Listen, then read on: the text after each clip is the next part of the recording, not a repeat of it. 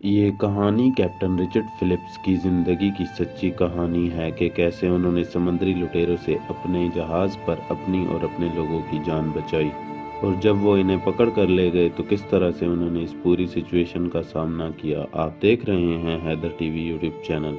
कहानी की शुरुआत होती है सोमालिया के साहिल से, जहाँ कुछ लोग आते हैं और इन सब के पास गन्स होती हैं, और बीच पर जो लोग होते हैं ये इन सबको बोलते हैं कि तुम्हें इस बार समंदर से एक बड़े जहाज को पकड़कर लेकर आना है। दरअसल ये सब के सब समुद्री लुटेरे हैं और साहिल पर रहने वाले लोग भी इनके साथ जाना चाहते हैं, क्योंकि यहाँ पर पैसों की बहुत कमी है। यहाँ से दो छोटी बोट्स और एक बड़ी बोट समंदर की तरफ निकल पड़ती हैं। इन बोट्स में जितने भी लुटेरे हैं ये सभी जहाज़ों की लोकेशन देखते हैं, जो सब के सब बहुत करीब होते हैं, यानी उन लुटेरों के लिए इन जहाज़ों को लूटना नामुमकिन है। तभी इन्हें एक जहाज नजर आता है जो इन सब से बहुत दूर होता है, और ये जहाज मोम्बासा जा रहा होता है। दरअसल इन लुटेरों ने इस जहाज की कम्युनिकेशन फ्रिक्वेंसी को ट्रैक कर लिया होता है, इसीलिए जहाज से होने वाली हर बात को ये सुन सकते हैं, और इन्हें पता है कि ये बड़ा जहाज इन्हीं के रूट से ही आएगा। दूसरी तरफ इस जहाज को दिखाया जाता है, ये एक बड़ा कार्गो शिप है। इस जहाज का जो कैप्टन होता है इसका नाम है कैप्टन रिचर्ड फिलिप्स। वो जानता है कि जिस रूट से इनका जहाज जा रहा है वो बहुत खतरनाक है, वहाँ पर समुद्री लुटेरे होते हैं, इसीलिए वो पहले से अलर्ट होता है। रिचर्ड दूरबीन से देखता है तो उसे अपने जहाज की तरफ कोई बहुत तेजी से आता दिखाई देता है, लेकिन इस वक्त वो बहुत दूर होते हैं। लेकिन जब वो रेडार में देखता है तो वो समझ जाता है कि कोई इनका पीछा कर रहा है, और वो अपने क्रू मेंबर से कहता है कि जहाज को लेफ्ट लो। और जब जहाज को लेफ्ट लिया जाता है तो वो लुटेरे जो उनका पीछा कर रहे हैं वो भी उनके पीछे आना शुरू हो जाते हैं, और यहाँ पर रिचर्ड फिलिप्स समझ जाता है कि ये समुद्री लुटेरे हैं और इनके जहाज को लूटने आए हैं। और इस बात की इन्फॉर्मेशन वो UK maritime trade operation Dubai में देते हैं। ऑपरेटर कहती है कि मैंने तुम्हारी कंप्लेन रजिस्टर कर ली है, तुम जहाज के सारे दरवाजे बंद कर लो, और हो सकता है कि वो मछुआरे हों। कैप्टन फिलिप्स ये कहकर फ़ोन काट देते हैं कि वो मछुआरे नहीं हैं। वो एक बार फिर से दूरबीन से इनकी बोट की तरफ देखते हैं, जो कि अब उनसे तकरीबन 1 मील की दूरी पर है, और इस बार वो देखते हैं कि इन बोट्स पर जितने भी आदमी हैं उनके पास गन्स हैं, यानी कि अब पूरी तरह से कंफर्म हो चुका है कि वो सारे समुद्री लुटेरे हैं। वो रेडियो उठाते हैं और पुलिस से कांटेक्ट करने की कोशिश करते हैं। उन्होंने इससे पहले भी पुलिस से कांटेक्ट करने की कोशिश की थी, लेकिन इनका राब्ता पुलिस से नहीं हुआ। और इस बार फिलिप्स पुलिस से कहते हैं कि इनके पीछे 2 बोट्स आ रही हैं जिनमें हथियारबंद लुटेरे हैं, और हो सकता है कि उनके पीछे इनकी बड़ी बोट भी आ रही हो। दरअसल फिलिप्स ये जानते हैं कि लुटेरे ये बात सुन रहे हैं, और लुटेरे वाकई में ये बात सुन रहे होते हैं। और अगले ही लम्हे कैप्टन फिलिप्स आवाज़ बदल कर बोलते हैं कि 5 मिनट में तुम तक आर्मी का हेलीकॉप्टर मदद के लिए पहुंच जाएगा। असल में फिलिप्स का इस बार भी पुलिस से कांटेक्ट नहीं हो पाता, और वह खुद ही आवाज़ बदल कर बोलते हैं ताकि लुटेरों को ये बात पता चल जाए और वो वापस चले जाएं। और होता भी ऐसे ही है। दोनों बोट्स में से एक वापस चली जाती है, क्योंकि वो अपनी जान का ख़तरा लेना नहीं चाहते। और पीछे जो बड़ी बोट आ रही होती है उसमें भी जो एक बूढ़ा आदमी होता है वो डर जाता है और पीछा करना बंद कर देता है। पर अब भी एक बोट जिसमें 4 लुटेरे हैं वो लगातार शिप के पीछे जा रहे होते हैं। कैप्टन फिलिप्स कहते हैं कि इन्हें लहरों में उलझाओ, और वो शिप की स्पीड कम कर देते हैं और शिप को लेफ़्ट और राइट ले जाते हैं, जिससे बड़ी बड़ी लहरें बनती हैं। और इन लहरों के प्रेशर की वजह से इन 4 लुटेरों के बोट का इंजन खराब हो जाता है। वहीं कैप्टन फिलिप्स का शिप अब इनसे दूर निकल चुका है। रात को यहाँ जितने भी क्रू मेंबर होते हैं वो सब के सब आपस में मिलते हैं और डिस्कस करते हैं कि अगर उन्होंने दोबारा हमला किया तो वो क्या करेंगे। कैप्टन फिलिप्स कहते हैं कि हम इन्हें रोकेंगे, जैसा कि हमने आज इन्हें रोका। पर उनमें से एक कहता है कि हमारा काम लुटेरों से लड़ना नहीं बल्कि शिप को एक जगह से दूसरी जगह ले जाना है। क्यों ना हम शिप को दूसरी रास्ते से ले जाएं, जहां हम उन लुटेरों की पहुंच से बहुत दूर हों। वैसे भी अगर हम शिप को पूरी स्पीड से चलाएंगे तो 8 घंटों में हम 100 से 150 मील का सफ़र तय कर सकते हैं। कैप्टन फिलिप्स इनको समझाते हैं कि अफ्रीका के जिस इलाके में हम इस वक्त हैं यहाँ पर लुटेरों के 5 अलग अलग ग्रुप्स काम करते हैं। हर 300 मील पर हमें लुटेरों का सामना करना पड़ेगा, इसीलिए हमें अपनी सही लोकेशन यानी मोम्बासा की तरफ जाना चाहिए। और ये इसी तरफ निकल पड़ते हैं। अगली सुबह एक बार फिर से वही लुटेरे जिनकी बोट का इंजन ख़राब हो गया था वो इनके शिप का पीछा करना शुरू कर देते हैं। कैप्टन फिलिप्स ये सब देख लेते हैं, इसलिए वो समुद्री पुलिस को कॉल कर देते हैं।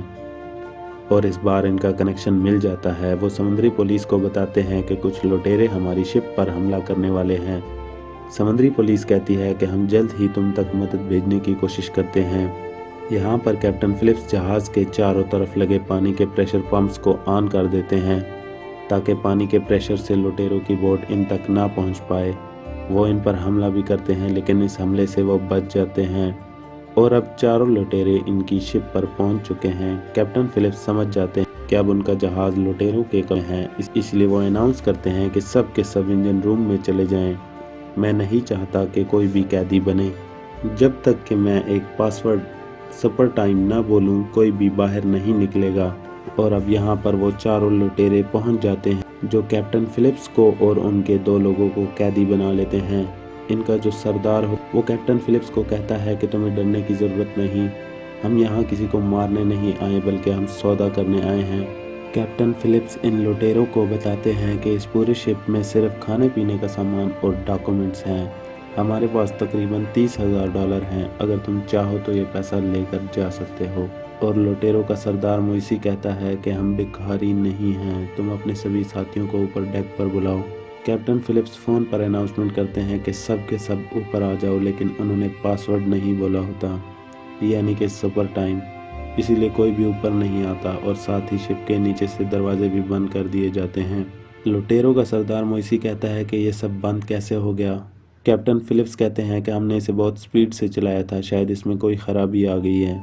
यहाँ पर लुटेरे एक बार फिर अनाउंसमेंट करते हैं। वो कहते हैं कि नीचे जितने भी लोग हैं, अगर वो जल्द से जल्द ऊपर नहीं आए तो हर 1 मिनट में तुम्हारे एक आदमी को मार देंगे। और इस बार फिर कोई ऊपर नहीं आता, क्योंकि कैप्टन फिलिप्स के ऑर्डर थे कि जब तक मैं पासवर्ड नहीं बोलता तब तक कोई भी ऊपर नहीं आएगा।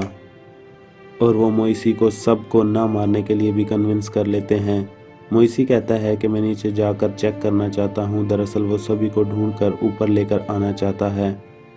कैप्टन फिलिप्स कहते हैं कि नीचे इमरजेंसी लाइट्स ऑन हैं, अगर वो बंद हो गई तो हमें कुछ भी नहीं दिखेगा, हमें ध्यान रखना होगा कि वो बंद ना हो। और ये कहते ही वो अपने हाथ में जो वॉकी टॉकी होता है इसका बटन ऑन कर देते हैं और नीचे इंजन रूम में जितने भी लोग छुपे होते हैं वो सब के सब ये बात सुन लेते हैं और वो समझ जाते हैं कि ये इन्हें इमरजेंसी लाइट्स को बंद करने का कह रहे हैं ताकि वो यहाँ आकर सबको ढूंढ न ले। इसलिए इनमें से एक आदमी जनरेटर बंद करने के लिए निकल जाता है और दूसरा आदमी वहीं से पानी लेने के लिए चला जाता है। कैप्टन फिलिप्स, म्यूसी और इसका आदमी नीचे आना शुरू होते हैं।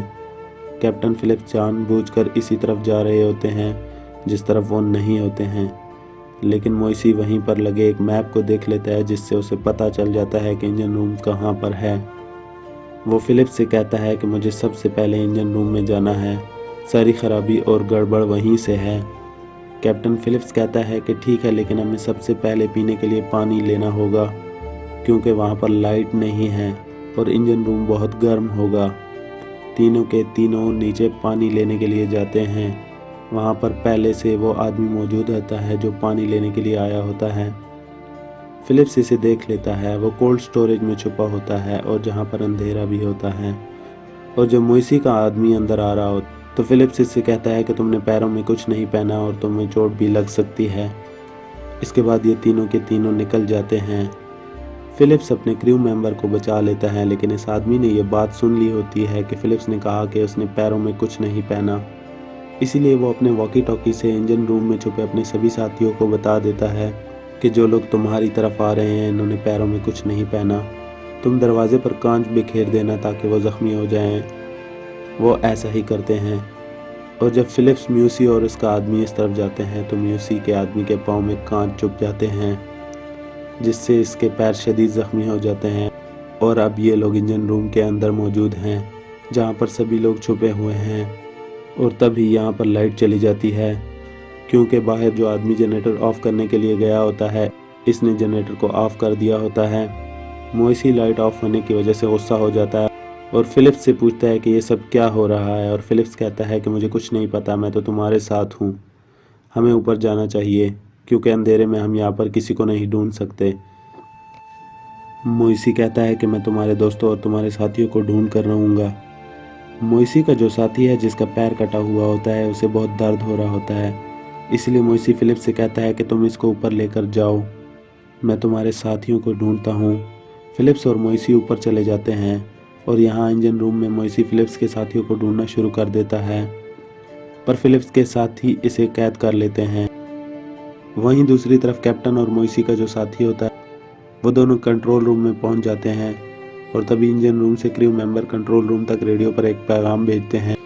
वो कहते हैं तुम्हारा लीडर हमारे पास है, अगर तुम चाहते हो कि ये जिंदा रहे तो तुम्हें कैप्टन फिलिप्स और बाकी के लोगों को छोड़ना होगा।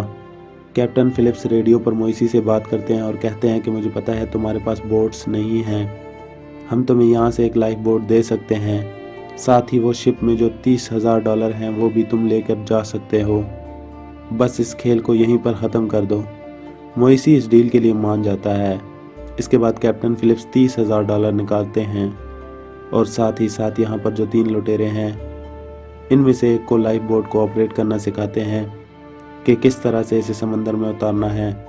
मोइसी के लोग कहते हैं कि मोइसी को छोड़ दो और मोइसी को छोड़ दिया जाता है और तभी मोइसी फिलिप्स के पीछे आने वाले साथी को इशारा करता है और इशारा करते ही वो आदमी गन के पिछले हिस्से से फिलिप्स पर हमला कर देता है। ये लाइफ बोट का दरवाज़ा बंद कर देते हैं और लाइफ बोट को समंदर में उतार देते हैं, यानी कि इन लुटेरों ने कैप्टन फिलिप्स को अगवा कर लिया है और इन्हें अपने साथ ले जा रहे हैं और जो बड़ा शिप होता है वो भी लगातार इनको फॉलो कर रहा होता है, क्योंकि क्रू मेंबर नहीं चाहते कि कैप्टन फिलिप्स इनकी आंखों से ओझल हों। और ये बात अब यूएस नेवी को भी पता चल जाती है और बहुत जल्द वो अपने ड्रोन्स यहाँ भेज देते हैं जिनमें कैमरास लगे होते हैं जो लगातार लाइफ बोट को देख रहे होते हैं। दरअसल ये लाइफ बोट अब सीधा सोमालिया जा रही है जहाँ के ये सारे के सारे लुटेरे हैं। वहाँ जाकर ये इस कंपनी जिस कंपनी के लिए कैप्टन फिलिप्स काम करता है ये उनसे पैसों की मांग करेंगे।